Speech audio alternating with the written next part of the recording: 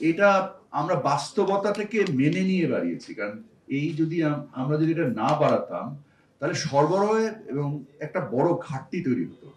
সামনে রমজান আসছে, আমি রমজানের জন্য আপনাদেরকে সুখবর দিতে চাই। ইনশাল্লাহ আমি আশা করি যে আমাদের রমজানের যে প্রয়োজনীয় যেসব দ্রব্য, খেজুর, ছোলা, তেল বা অন্যান্য যত পণ্য লাগে, আমি আশা করি যে ইনশাল্লাহ আল্লাহ রহমতে আপনারা দোয়া করবেন যেন বাজার স্থিতিশীল থেকে যেন নিম্নগামী থাকে।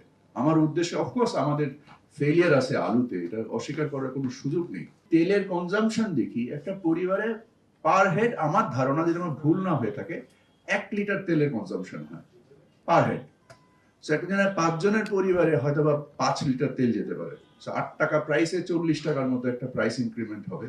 অফকোর্স এটা কষ্টের, এটাতে অস্বীকার করার কোনো জায়গা নেই যে 40 টাকাও তো অনেকের জন্য একটা কষ্টের টাকা।